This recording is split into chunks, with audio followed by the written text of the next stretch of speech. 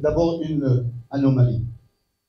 Hier, lorsque nous terminions les travaux, il nous a été dit, reposez-vous, il n'y a rien.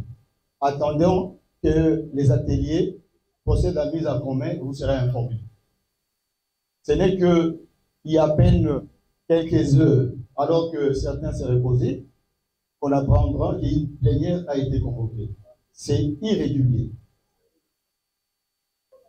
Alors, moi, sincèrement, je vous propose de laisser les ateliers se prononcer. S'il y a une question qui pose problème, je vous ai dit lors de mon exposé que la composition et la nature du CSM, c'est une option politique. Si aujourd'hui, cette option qui a été levée est soumise au référendum venait à être changée, ne vous en faites pas, il n'y aura aucun problème, c'est à ce moment-là que le débat sera engagé. Nous ne sommes pas une constituante. Le président de la République a dit que la Constitution, à son humble avis, devait être modifiée. Mais qu'il mettra en place une commission d'experts en fait de pouvoir relever les questions qui poseraient problème et qui pourraient donner lieu à la révision. Mais aujourd'hui, quel est le problème et notre souci? La justice est malade, comme vous l'avez dit.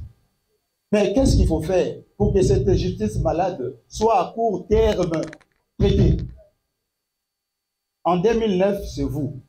Nous avons tous suivi, c'est vous qui avez procédé à la mise en place d'une commission d'évaluation qui nous dit que c'est 0,8%. Et ces 0,8%, c'est grâce aux partenaires. Puisque rien n'a été fait, puisqu'aujourd'hui, sincèrement, j'ai suivi. Il n'y a rien de nouveau. Tout ce que nous avons dit, la première commission, ce qui est répété, c'est ce qui a été dit en 2015. Les deux nouveautés, c'est les parquets financiers et l'accès, la mobilité pour les personnes vivant avec handicap dans les palais. À part ces deux questions nouvelles, toutes les autres questions ont été abordées en 2015. Mais qu'est-ce qu'il faut faire? Partons de ces résolutions pour que, en sortant d'ici, que les chambres disciplinaires fonctionnent, que le Conseil supérieur de la magistrature fonctionne comme il faut, en attendant que les options politiques soient levées. Et il ne nous appartient pas à nous de pouvoir lever les options politiques au regard des questions aussi importantes. Je vous en conjure. Nous n'avons pas besoin, nous les magistrats, d'être forcés à quitter la salle et donner l'impression comme si on bloquait ou on boycottait les travaux. Mais s'il vous plaît, ne nous obligez pas à le faire. Donc nous voulons simplement...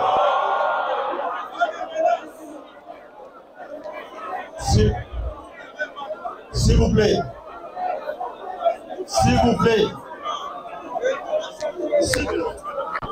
Alors, en regardant dans la salle,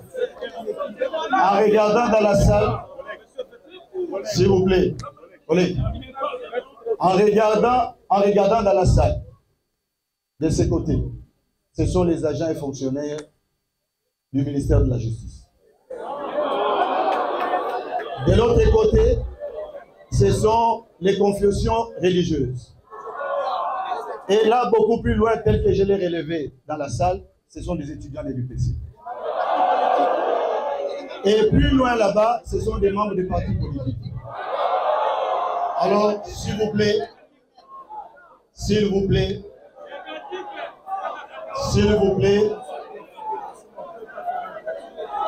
on a suffisamment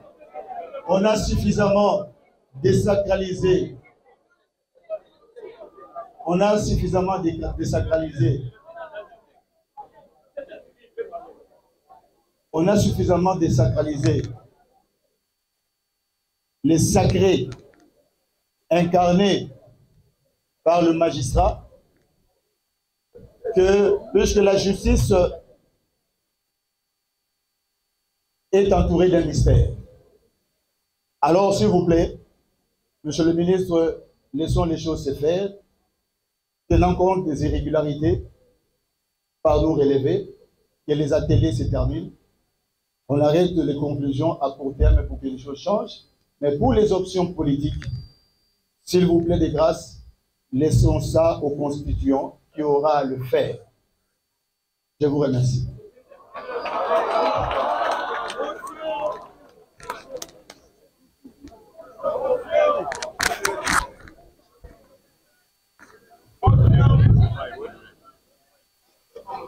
La question du Conseil suprême magistrature ne devrait pas faire l'objet d'un vote dans un atelier.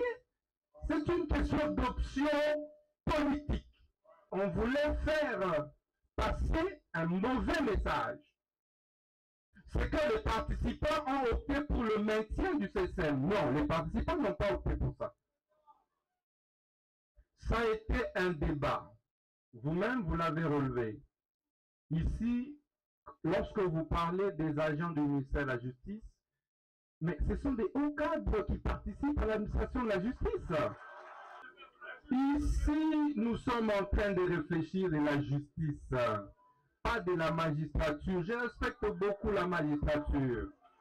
Je suis moi-même, je suis fils d'un magistrat. Moi-même. Ici, ce n'est pas une question de huissiaria. On ne parle pas des huissiers ici. On ne parle pas des avocats ici. On parle de quoi? De quoi? Respectons chaque composante. C'est aussi ça le problème. Tout simplement. Et le rôle du ministre de la Justice, c'est celui-là. Ça, c'est d'une part. D'autre part, je suis d'accord et content que nous puissions laisser les options majeures à la discrétion de qui? Du chef de l'État, magistrat suprême. C'est tout. Vous relevez dans votre rapport que sur la question du CSM, ok, il y a eu deux opinions. C'est ce que j'ai dit. Il y a eu deux opinions.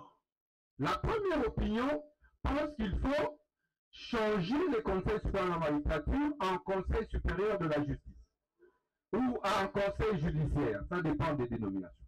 Ça va? Deuxième opinion, qui est des magistrats, de certains, pas tous d'ailleurs, pense qu'il faut maintenir les statu quo, n'est-ce pas? Il ne faut pas changer. C'est comme ça qu'on élabore un rapport. En ce moment-là, quand on présente au chef de l'État, avec les arguments élaborés ici, bien sûr, avec les différents arguments qui tiennent debout. Maintenant, le magistrat suprême va décider s'il faudra maintenir ou faire quoi?